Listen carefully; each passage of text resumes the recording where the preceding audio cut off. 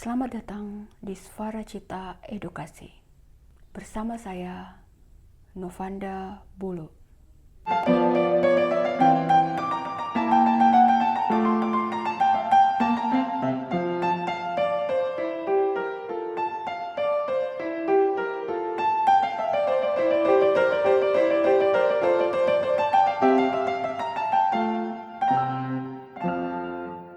Apa yang ada di pikiran Anda ketika seseorang menyebut kata emak?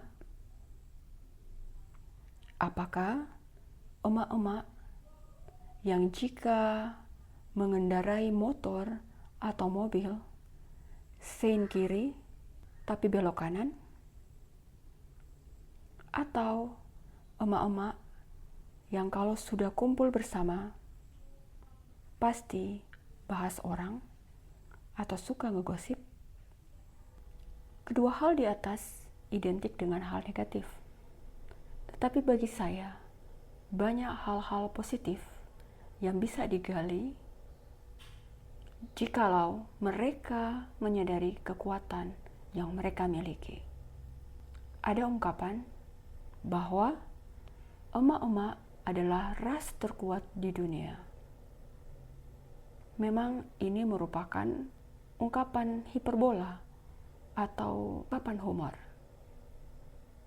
Tetapi di balik itu ada pengakuan atas kekuatan yang luar biasa yang dimiliki oleh emak-emak, baik secara fisik, emosional, maupun perannya yang sangat penting di dalam keluarga dan masyarakat. Diperkirakan pada tahun 2030 nanti, Indonesia akan mencapai puncak periode bonus demografi. Dan pada tahun 2045 nanti, Indonesia akan mencapai Indonesia emas. Apakah bonus demografi tersebut? Bonus demografi adalah masa di mana penduduk usia produktif akan lebih besar dibandingkan usia non-produktif, dengan proporsi lebih dari 60% dari total jumlah penduduk Indonesia. Bonus demografi merupakan momen langka yang terjadi di suatu negara. Bahkan dikatakan hanya terjadi sekali dalam sejarah suatu bangsa. Apa kaitannya dengan peran emak-emak di dalam keluarga, terutama dalam mendidik dan mengasuh anak terhadap bonus demografi ini? Ada yang mengatakan hal-hal besar adalah tumpukan hal-hal kecil yang dilakukan. Mungkin ada yang berpikir, saya harus jadi bupati, jadi gubernur, atau jadi presiden untuk mewujudkan bonus demografi ini. Bagi saya, kita dapat mengejawantakan bonus demografi ini melalui hal-hal kecil, yaitu mengoptimalkan peran emak-emak di dalam lingkup terkecil, yaitu keluarga. Pancasila, satu, dan Tuhan. Ketuhanan yang Maha Esa. Satu. Jangan meremehkan kekuatan emak-emak. Mereka adalah superhero.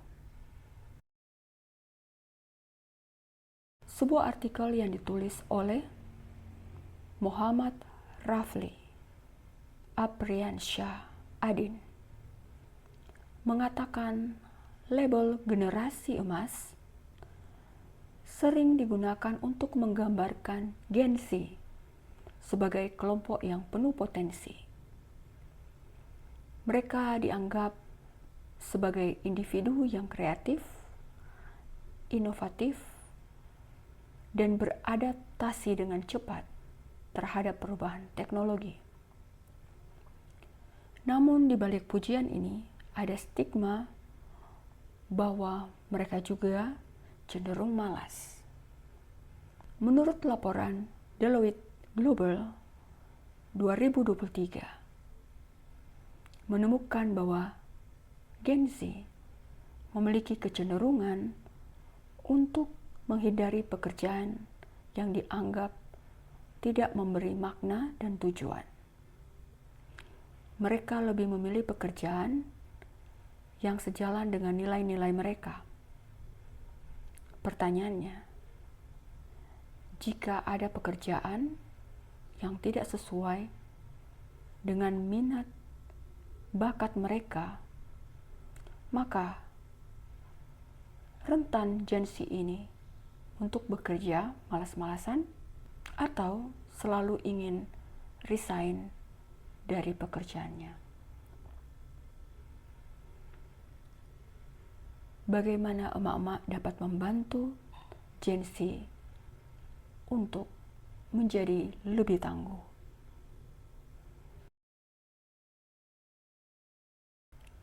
Yang pertama, memberikan dukungan emosional yang konsisten. Solusi: emak harus menciptakan lingkungan rumah yang mendukung secara emosional, di mana anak merasa aman untuk mengekspresikan perasaan dan pikiran mereka tanpa takut dihakimi. Gen Z sering menghadapi tekanan dari medsos maupun dari teman sebaya mereka, sehingga dukungan emosional yang stabil sangat penting. Tindakan yang pertama, menjadi pendengar yang baik. Kedua, tunjukkan empati dan validasi perasaan anak. Ketiga, buat komunikasi terbuka dan ajarkan cara mereka mengelola emosi yang sehat. Kedua, mengajarkan kemandirian dan tanggung jawab. Solusi: emak dapat menolong Gen Z untuk menjadi lebih tangguh dengan mendorong kemandirian dan tanggung jawab.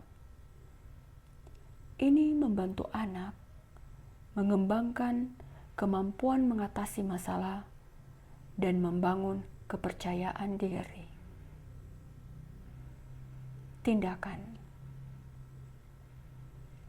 biarkan anak mengambil keputusan sendiri dalam hal-hal kecil, seperti memilih kegiatan atau mengelola waktu mereka sendiri dengan bimbingan yang tepat. Kedua, ajarkan anak tentang pentingnya bertanggung jawab terhadap tindakan mereka, termasuk belajar dari kesalahan. Ketiga, beri mereka tugas rumah tangga atau tanggung jawab lain sesuai dengan usia mereka. Ketiga, mengembangkan ketahanan mental atau mental resilience. Solusi: Gen Z perlu belajar bagaimana menghadapi kegagalan, tantangan, dan ketidakpastian dengan cara yang sehat. Tindakan yang pertama, ajarkan anak Anda bahwa kegagalan adalah bagian dari proses belajar dan bukan akhir dari segalanya. Kedua, dorong mereka untuk keluar dari zona nyaman dan mencoba hal-hal baru. Ketiga, latih anak untuk tetap tenang dalam situasi stres. Keempat, menanamkan nilai-nilai penting. Solusi. Nilai-nilai seperti kerja keras, disiplin, empati, dan tanggung jawab sosial akan membantu Gen Z menjadi lebih kuat dalam menghadapi tantangan hidup. Emak memainkan peran kunci dalam menanamkan nilai-nilai ini melalui contoh nyata. Tindakan yang pertama, jadilah teladan dalam hal disiplin, kerja keras, dan tanggung jawab.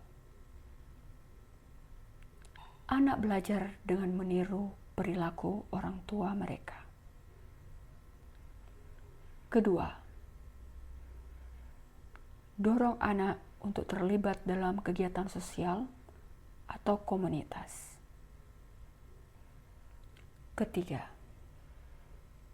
ajarkan pentingnya berempati kepada orang lain. Kelima, mendorong pengembangan keterampilan hidup atau life skills. Solusi. Selain pendidikan formal, anak-anak perlu diajarkan keterampilan hidup yang penting untuk menjadi mandiri dan tangguh di masa depan. Tindakan. Ajarkan keterampilan seperti memasak, mengatur keuangan, dan menjaga kebersihan diri dan lingkungan. Kedua, dorong anak untuk mempelajari keterampilan komunikasi. Ketiga, beri kesempatan anak untuk memecahkan masalahnya sendiri.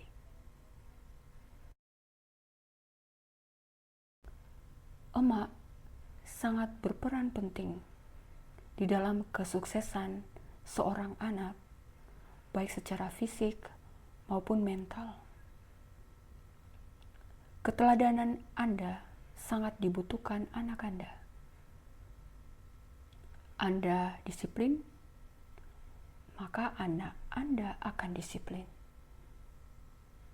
Anda suka bergosip, maka anak Anda akan suka bergosip. Emak jangan mau populer dengan hal-hal negatif, tetapi jadilah dampak bagi keluarga dan bagi bangsa.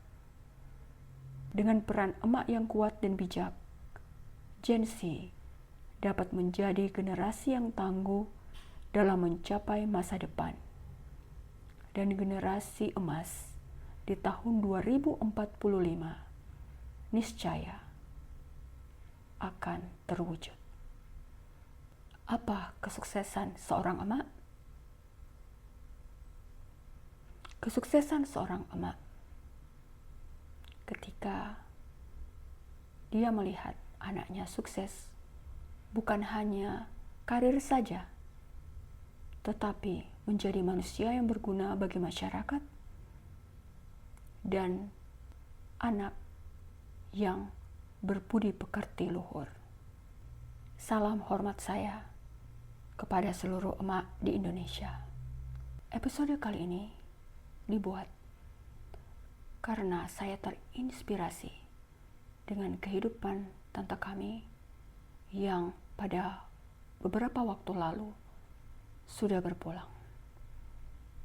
Saya mendefinisikannya ibu yang sukses. Semoga bermanfaat. Thank you.